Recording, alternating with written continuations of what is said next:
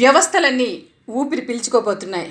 వెధవలు వెనక నిలబడి వాళ్ళకి సలాంలు గులాంలు కొట్టక్కర్లేదనుకుంటూ చెయ్యక్కర్లేదనుకుంటూ తెలుగు తల్లి తల ఎత్తుకుని నిలబడబోతుంది.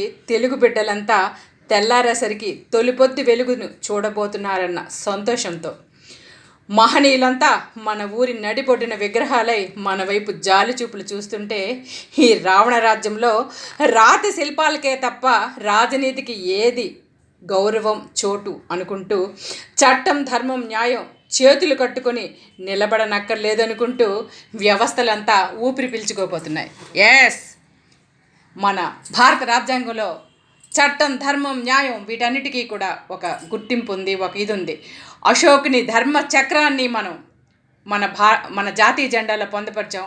సారనాథ్ స్తూపంలో తీసుకున్నటువంటి 4 సింహాలు, కనిపించే 3 సింహాలు, ధర్మం చట్టం న్యాయం కనబడిన సింహంలాగా ఎన్నో వ్యవస్థలు మన దేశ రక్షణ కోసం, మన దేశంలోని అవినీతి, లంచగొండతనం, అరాచకాలు వీటన్నిటిని పారదోలడానికి ఎన్నో శక్తులు పనిచేస్తుంటే ఆ శక్తులన్నీ కూడా ఈరోజు ఈ రాజకీయం అనే చదరంగంలో కూరుకుపోయి రౌడీలకి, గూండాలకి, కబ్జాకోర్లకి, ఇలాంటి వెధవలందరికీ కూడా సలాంలు గులాంలు కొడుతుంటే ఈ వ్యవస్థలన్నీ కూడా ఒక ఐఏఎస్ ఎంత కష్టపడి చదివితే ఐఏఎస్ అవుతారు, ఒక ఐపీఎస్ ఒక పోలీస్ డిపార్ట్మెంట్లో ఎంత క్రమశిక్షణతో వాళ్ళు ఇది చేసుకుంటే, అలాగే గవర్నమెంట్ ఎంప్లాయీ, సివిల్ సర్వీసెస్ ఎంతమంది ఈరోజు మన రాజకీయ నాయకులకి సలాంలు గులాంలు కొడుతూ ఇలాంటి దుష్ట పాలనలోని, ఇలాంటి అవినీతికరమైన పాలనలోని, ఇలాంటి అరాచకమైన పాలనలోని మనం ఉన్నామని సిగ్గుపడుతున్నాం. ఎందుకంటే మనం చదువుకునే ఒక వ్యవస్థల్లో మనం ఉన్నాం.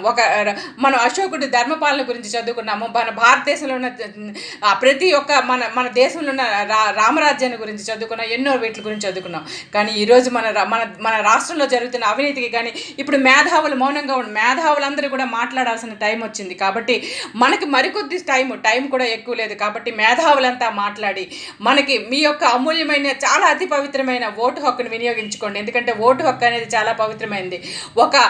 ఒక దేశంలోనే నిరంకుశ పాలన కానీ, ఒక దేశంలోన అరాచకమైన పాలన కానీ పారద్రోలాలంటే, ఒక రాష్ట్రంలోని పేరుకుపోయిన అవినీతిని, లంచగొండితనాన్ని, గూండాయిజాన్ని వీటన్నింటినీ పారదోలాలంటే మేధావుల మౌనం అనేది ఈ రాష్ట్రంలో పనికిరాదు.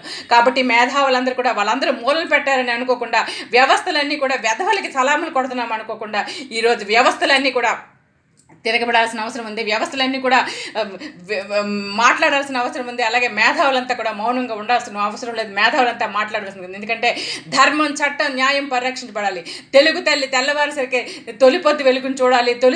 తొలిపొద్దు వెలుగులో సంతోషంగా ఉండాలి. కాబట్టి మన రాష్ట్రంలో అరాచక పాలన పోవాలని మనందరం మనస్ఫూర్తిగా కోరుకుంటూ, ఎందుకంటే రామరాజ్యాన్ని మనం చూడలేదు, అశోక రాజ్యాన్ని మనం చూడలేదు. కానీ అశోకులని అంత ధర్మపాలన జరిగింది కాబట్టి ఈ రోజు వరకు మన రాజ్యాంగంలోని, మన జాతీయ జెండాలోనే, అలాగే మన కాన్స్టిట్యూషన్లోని కూడా ఆ ధర్మం చట్టం న్యాయం వాటిని యొక్క గుర్తులుగా మనం పెట్టుకొని ఆ రాజ్యం యొక్క వీటినే మనం అవలంబిస్తూ వస్తున్నాం.